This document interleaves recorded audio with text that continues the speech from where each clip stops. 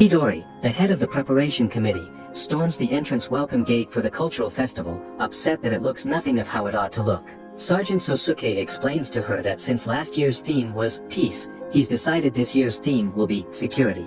He adds that the gate is both an observation site and a security checkpoint, assuming terrorists were to attack everyone on the cultural festival day. Chidori is sick of having Sosuke imagine every event will lead to getting attacked by terrorists.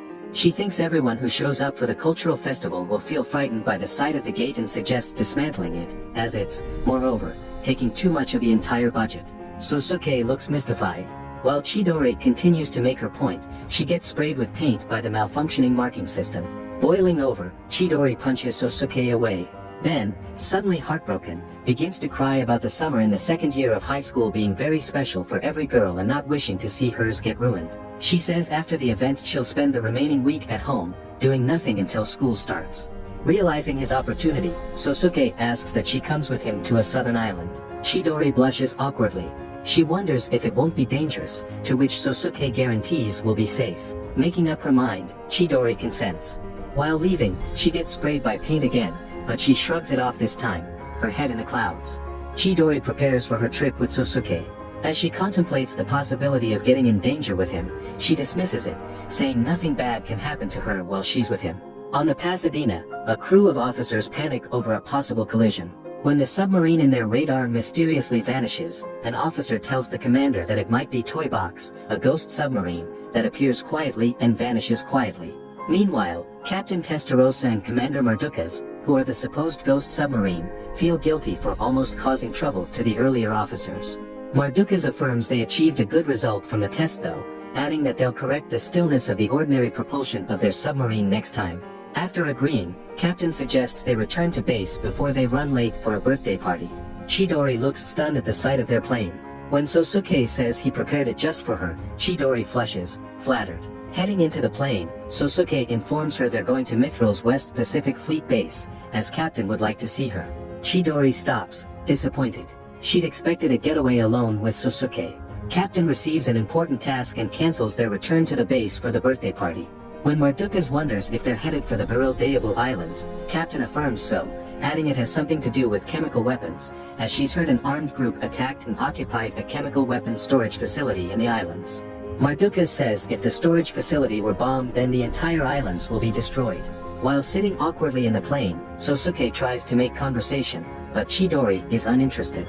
All of a sudden, Sosuke receives instructions to get on board the Danan with Chidori. Quickly, he tells Chidori to get in a swimming suit, leaving her staring in shock, as this wasn't in their earlier plan.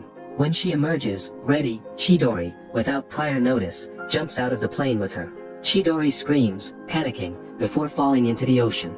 Captain sweetly welcomes Chidori to the Tuatha de Danann, but Chidori is still upset with Sosuke for pulling her out of the plane and getting her wet. Captain apologizes on his behalf, as their earlier arrangements changed. Finally cheerful, Chidori says it's alright, as she's wanted to see Captain too. After Captain asks Sosuke to leave, she tells Chidori to put on some clothes and come with her, as she intends to show her around the submarine. While giving Chidori a tour, Captain awkwardly bumps into a pole. Chidori looks shocked, wondering if she really is a captain. Captain brags that the submarine is like her house, regardless of her appearance, and she knows everything about it. As she leads Chidori into a new section, Chidori is stunned to receive a round of salutes from the crew. Chidori shimmers shyly, then salutes back. Later, while celebrating the submarine's first year, Weber declares that whoever wins the draw in a bingo game will get a kiss from Captain. Captain, with a blush, quickly disagrees. Weber mischievously asks her to give out her favorite underwear instead. With Captain incensed, Weber takes it for a no and agrees on a kiss. Before Captain can argue again, he begins the draw. As the first draw goes to Sosuke, Chidori flushes timidly. After the draw, Macallan wins Captain's kiss, to Chidori's relief. Later in the party, a friend teases Sosuke that Chidori has good shape and a great fashion sense that'd make other guys undoubtedly in love with her. Sosuke pretends not to care, as he claims to be worried about their mission and Chidori being unnecessary baggage. Meanwhile, the secret group continues its assault on Beryl Island. A comrade informs Goran, the leader, that an assault unit has landed on the ocean, adding that Sosuke and Chidori may possibly be on it. When the comrade sounds concerned about Chidori's safety, deeming her passing might be a problem, Goran vows to keep her safe, before laughing mischievously. While stepping out, Chidori and Mao come across Weber, eavesdropping on their conversation. Weber stutters in embarrassment, pretending to look for prizes for the consolation bingo game. When Sosuke confesses it to be a lie, that Weber was seeking something naughty instead, Mao, being his big sister, knocks him hard on the head. Later, Sosuke gives Chidori a tour of the rest of the submarine. Captain invites Chidori for a discussion. When Chidori assumes it's about the mithril, Captain tells her it's about the whispered, and admits to being one of them. Chidori is stunned to learn this confession.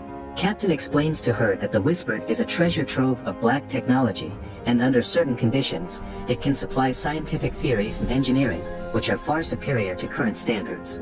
She adds that Chidori also has the gift, as she noticed the first time in the mountains of Hank's autonomous region, while the second time was at the battle with the behemoth. She says Chidori had known something she'd never learned on both occasions. As Chidori recalls the memories, Captain politely reminds her she helped her the second time. When Chidori finds it confusing, Captain explains to her that the process is called resonance, where the whispered can share thoughts from deep within their souls. She says it happens when they both strongly feel the need for each other. With Chidori still amazed, Captain warns her it's a dangerous act, suggesting they try to avoid the whispered's resonance as much as possible. Chidori, confused, ponders why such a useful power is considered dangerous, so Captain clarifies that the resonance is a mind-sharing process that blends them into each other, rather than letting them have a normal conversation. She says they can lose themselves if they make a crucial mistake. Nonetheless, Chidori still admits to finding it hard to totally understand. Finally, Captain says there are people who want the whispered's power at whatever cost. Chidori recalls Goron as such an enemy, to which Captain agrees, adding that Goron may try to take either of them. Sensing the fear in her, Captain assures Chidori that she'll be kept safe. When it dawns on her that Sosuke has been following her around as a protector, Chidori begins to laugh. After comparing Sosuke to an irrelevant person, Captain, who can't take any more of the insults, confesses to having a secret relationship with Sosuke, shocking Chidori and leaving her to sputter. Commander Kalinin tells his team that an armed group has seized the U.S. military chemical weapons disposal facility in the Republic of Curio, where a few hundred tons of nerve gas is stored, adding that the group is threatening to spread the stored gas all over the cities if their demands aren't met. He declares that their mission is to suppress the enemy's AS and save the hostages without destroying the facility. He professes it'll be a difficult mission, since they've learned that the enemy's AS is thought to be Soviet Union's latest model and the successor to the Savage, another powerful AS. He assures them it's possible to fight the AS machines with ordinary mecha and war tactics. Nevertheless, he suggests they pay more attention to Goron's as ordinary attacks have no effects on him, in which case they'd best run. As the men argue over it, Commander Kalinin declares it's an order, and promises to punish the men who ignore his warnings. He puts Sosuke on the duty of destroying Goron's as, also known as Venom. Skeptical, Sosuke wonders what will happen if he fails to destroy Venom, so Commander Kalinin assures him, with a keen look, that they'll all be gone. Chidori visits Mao as they prepare for their mission. When Weber thinks she's worried about him and has come to see him off, Mao, knowing better, knocks him out of the way and informs Chidori they're about to sortie. Seeing everyone occupied, Chidori shyly apologizes and walks away. As the mission draws nearer, Captain commands that airtight chambers 1 through 6 be filled with water. Then Commander Kalinin tells the teams they'll be starting the mission from underwater, and instructs that they split up the AS into 3 teams and go to their stations after passing the waypoint. As Captain directs the AS hatches to be opened, the AS all move out. Mao asks Sosuke if he's nervous. When he tries to deny it, she tells him not to do anything extreme. She guesses he's worried about protecting Chidori just like the other guys would be, but she wants him to focus on their mission. Sosuke agrees. As the team passes waypoint 3, they disperse as instructed. Arriving at a tunnel, Mao teases Danigon that the tunnel is convenient and cozy, knowing he's claustrophobic. Rained, Danigon accepts to go in, joking he might trigger an explosion along the way. Gwen wonders if they'll succeed in the mission. He believes if a mistake is made in defusing the bombs then they'll all have to run away. Weber laughs in agreement. Gwen wonders how they're supposed to save the hostages and prevent chemical weapons from exploding. As Sosuke surveys the islands, a bomb goes off, startling him. Before he panics, Mao reports that she has defused the other bombs, thereby lifting the hunting ban. Quickly, the Mithril AS attacks the enemy units. After succeeding, Danigon and Mao report that some hostages have been secured. While checking for Goron, he suddenly appears and begins to fire at them. When Sosuke begins to shoot back, Goron runs at him, impervious to his attack.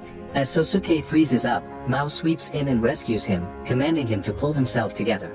Suddenly, Mao gets wounded by Goran and knocked out, but Sosuke narrowly rescues her.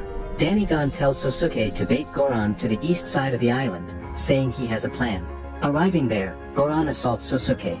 Just as he almost thrusts his armor, Weber shoots at him from across the islands until the building crumbles on him. As they begin to ponder on his passing, Goran emerges from the rubble and surrenders with a sinister smile. After the mission, Mao finally gets treated.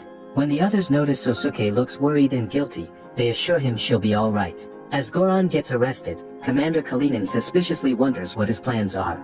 After Goran denies having any plans, Commander Kalinin promises to eliminate him after making him confess everything. However, Goran merely laughs. Later, Commander Kalinin tells the lieutenant he doesn't trust Goran's actions, as he's not known to do something meaningless like taking over an island and surrendering so easily. He thinks Goran planned everything carefully to secure his safety, nonetheless believing it can be a diversion from a major attack by his main force. He instructs that Goran be kept in complete isolation until the medical inspection is complete. Once discovered that he has no problems, he wants every other health issue to be ignored, regardless of whether it is true or not. Later, back in the Danan, Chidori is alarmed to see Mao be brought in injured. As she tries to follow them, a doctor tells Chidori to remain calm, that Mao merely has a concussion and a fractured ribcage. Just then, Sosuke passes by, ignoring her. Worried, Chidori follows him and asks why he feels dejected and if someone passed away during the mission. Sosuke, solemn, tells her no one did. However, he feels disappointed in himself for making a crucial mistake, confessing that he's finding it difficult to control the AS. Frustrated, he calls the machine a curse. In an attempt to pacify him, Chidori suggests he get some rest, but Sosuke gets more frustrated, alleging he's only had bad luck since the hijacking event, with Goran, the AS, and Chidori being nothing but trouble to him. Incensed, Chidori tells him she never asked for a protector and suggests he quits if she's bringing him so much trouble. When Sosuke says he can't, because he's the only one that can perform the duty, Chidori fumes and runs away tearfully, breezing past Weber and Liang. Angry, Weber punches Sosuke, accusing him of taking out his frustration on Chidori because he failed to do a good job. When Sosuke denies it, Weber tells him a girl like Chidori doesn't cry easily. Becoming more furious, Weber yells at Sosuke to stop overrating himself because he can't fight alone. Back on the Pasadena, the commander receives a report that the ghost submarine may pass by in 12 hours and he's compelled to identify it and gather as much data on it as possible.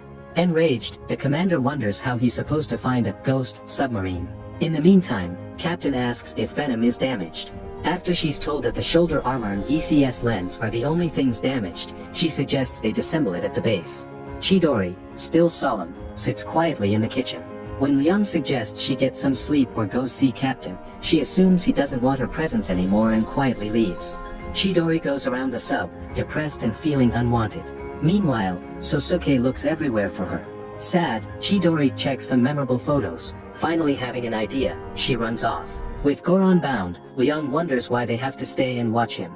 After Danigon calls Goran a dangerous man who constantly needs to be monitored, he pulls a gun and shoots Liang. Freeing Goran, Danigon says the mithril is useless and he wishes to work for whoever pays the most. Nevertheless, he doesn't intend to follow anyone's orders. Relieved, Goran thanks him, then knocks him down. He takes his gun and attempts to shoot him, but Danigon quickly pleads for mercy, promising to obey Goran. As they attempt to infiltrate the command center, Danigon and Goran are spotted by McAllen. McAllen, holding them at gunpoint, tells Gwen to alert Captain and the others, but Gwen shoots him instead. When hiding McAllen away, Chidori runs into them and holds still, afraid. As she tries to run, Gwen catches her and holds her against the wall, to Goran's satisfaction. When Gwen suggests eliminating her, Goran says she's very special and must be kept alive. After getting into the command center, Goran orders the sub to head north. When Captain refuses, he threatens to shoot an officer. Afraid of seeing the threat get carried out, Captain directs that the sub's direction be changed. As the sub starts to head north, Goran shows Captain a drive he acquired from the engineering department at the Mithril headquarters.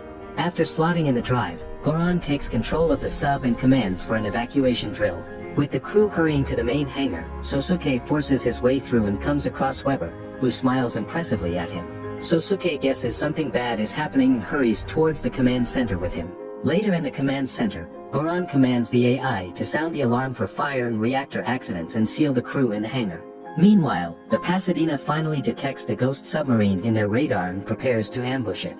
As Sosuke and Weber tip closer to the command center, Sosuke suspects Goran may be responsible for the false alarm and suggests they get a gun. At the same time in the command center, Goran boasts about cutting off all forms of support for Captain, but she tells him there are as in a hangar, and if a hole was made in a bulkhead with the monomolecular cutter, it will create space for the AS to come through. Impressed, Goran asks AI-kun to change the setting of the aft air supply system and set the oxygen concentration to the maximum, thereby ensuring a single spark will create a terrible explosion. When Captain warns him against it, Goran declares he's now the captain and roars with evil laughter. When the crew begins to feel lightheaded, a crew member discovers the compartment is being filled with highly concentrated oxygen, and that the door panels aren't working. As they try to contact the command center, they realize the communications in the submarine are blacked out. Captain, desperate to win back the situation, resonates with Chidori, telling her that the Danan recognizes Goran as the captain and it'll be impossible to cancel the registration with the usual procedures, in which case, they need to take back control over the submarine directly. Handing Chidori the key to her safe, Captain tells her there's a universal key for the sub inside the safe. She wants Chidori to find the Lady Chapel in the central computer room of the third deck. Confused, Chidori accidentally speaks out, drawing Goran's attention. Goran grows suspicious and asks Chidori what she's hiding behind her. As he attempts to shoot her, Captain quickly springs up and fires at Goran, but he dives away just in time. The captain fires at Danigon and screams at Chidori to run. As Chidori takes off, Danigon tries to catch her but misses. Weber and Sosuke hear the gunshots and run toward it. After Captain runs out of bullets, Goran smacks the gun off. Goran threatens to punish Captain for attacking him. He commands AI-kun to look for surface ships nearby that he can attack. In the meantime, the Pasadena crew informs their commander that their nuclear submarine seems to be chasing something, but they can't seem to find what it is. The commander tells Commander Kalinin that his nuclear submarine seems to be chasing after the ghost submarine. Nevertheless, he hopes nothing happens. When AI-kun discovers the American Navy Aegis destroyer, Goran commands it to prepare to launch missiles. Against Captain's warnings, the missiles get launched. Chidori successfully locates Captain's office. After retrieving the universal key, she finds a photograph of Captain and Sosuke together. Intending not to get overcome by jealousy, Chidori immediately puts it back. As she leaves the office, Danigon appears. In the meantime, the American Navy notice the incoming missiles. After firing down one missile, the second missile hits their ship. When Goran learns that the American Navy ship is still afloat without any explosions, he asks Captain why they kept the warheads off the missiles, so she tells him it was an inevitable decision and precaution. Back on the American Navy ship, they learn the missile didn't explode. Perplexed, the commander asks for an explanation from Commander Kalinin, who's also perplexed. Commander Kalinin says something could be wrong. He believes if Captain really meant to attack them, then the ship would have been blown up to pieces and they'd have attacked again. Weber and Sosuke discover McAllen's body. As they run towards the cafeteria, Gwen shoots at them, but they hide away fast. At the same time, Chidori runs from Danigon. When Weber draws Gwen's attention, Sosuke runs to the cafeteria. Arriving in the cafeteria, Sosuke hides away as Danigon shoots. Braving himself, Sosuke charges at Danigon. When Danigon is occupied trying to fight off Sosuke, Chidori slams his head with a pan, giving Sosuke a temporary edge. However, Danigon soon starts to get the upper hand, so Sosuke shoots him. As he hurries to help Chidori up, she turns him down, recalling their earlier conversations. Tearful, she says she's not a burden and can take care of herself. Touched, Sosuke apologizes, telling her she's not a burden. Humbly, he reminds her that she's saved him 3 times already, and if it weren't for her he'd be gone already. Moved by his kind words, Chidori relaxes, happy. Suddenly, they hear the sound of an attacker's sonar. In Pasadena, the commander directs torpedoes to be launched on the Danan as a retaliation for the attack on the American Navy ship. AI-kun detects the torpedoes and warns Goran that it's heading for their submarine. Alarmed, Captain asks to take control of the sub before they're hit, but Goran is nonchalant. He says he's not afraid of eternal sleep, and commands AI-kun to dive beyond the maximum rated depth. Meanwhile, Weber tries to convince Gwen to switch sides and attack Goran together before they're all eliminated by the torpedoes, but he refuses. He says Mithril is a mercenary unit, not a friend of justice. As a result, he's obliged to work for whoever pays him the most. Chidori and Sosuke arrive at the Lady Chapel. Instinctive, Chidori tells Sosuke that the transfer and response system device is an older model than the one on the Arbalest, as instead of being connected to a Lambda driver, it's connected to the submarine's control system. Just then she lies in a chamber and seals it up. Weber, on the other hand, charges at Gwen and knocks his gun away. Gwen re-emerges with a knife and attacks Weber. With Weber looking helpless and Gwen about to shoot him, a knife flies unexpectedly into his neck. While looking for the attacker, Weber strikes Gwen on the head. When Gwen is gone, Mouse steps out of the shadows, looking dizzy. Realizing the attacker was Gwen, she wonders what's happening on the sub. When Weber asks if she remembers anything, she says she recalls waking up at the clinic to the sound of an evacuation drill and was unwilling to leave without proper clothing. Fatigued, she passes out. When a fire starts to leak in the sub, Goran smiles happily that his plans are working out well. As the sub continues to descend, the crew looks on anxiously. As it looks like all hope is lost, AI-kun abruptly shuts down and Danan takes back control of the sub. Immediately, Captain orders it to launch countermeasures and set them to deep water mode. At Captain's instruction, the torpedoes are counterattacked. The resulting explosion jerks the sub and sends Captain sliding against the wall. Goran looks furious. As all sealed doors begin to open, Captain gladly tells Goran that he can't take back control of the ship. All of a sudden, Sosuke flies into the command center, shooting at Goran. Just then, the sub shudders, spiking out of the ocean and trapping Captain in resonance. When Sosuke is alerted about another incoming torpedo, he holds Captain and braces for impact, but he hears Chidori's voice through Captain, directing him to go after Goran and leave to Danan to handle the submarine.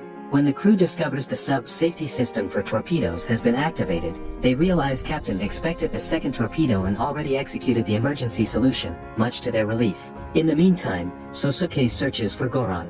While the wounded are being treated, Mardukas is informed that Goran took over the sub's AI and escaped when Captain recovered control. When Mardukas learns that Goran is in the hangar, he commands the crew to arrest him, but as they hurry to Goran, he shoots at them. With the crew scampering to safety, Goran gets into Venom. Noticing the imminent attack, Mardukas instructs that the injured crew be taken out of the hangar.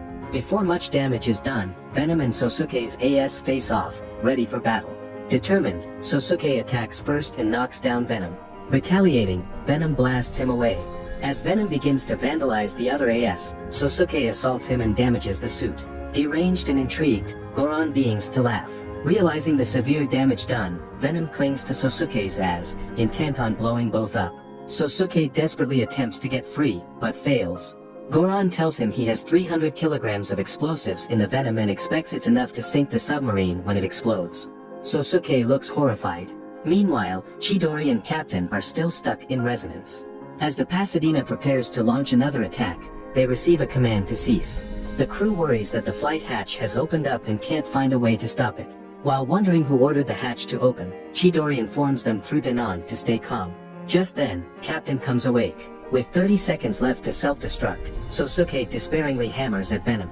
Goran laughs crazily. With the seconds ticking off, Sosuke makes a final attempt and finally kicks Venom off.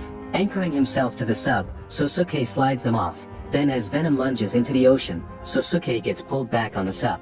When the timer hits, a terrible explosion erupts from the ocean and knocks the sub aside. After the devastation, Sosuke emerges, and Chidori finally awakens. The crew and commander pay their last respects to Macallan and Leon. Later, while Captain broods, Chidori suggests Sosuke comforts her. While doing so, Captain erupts in tears.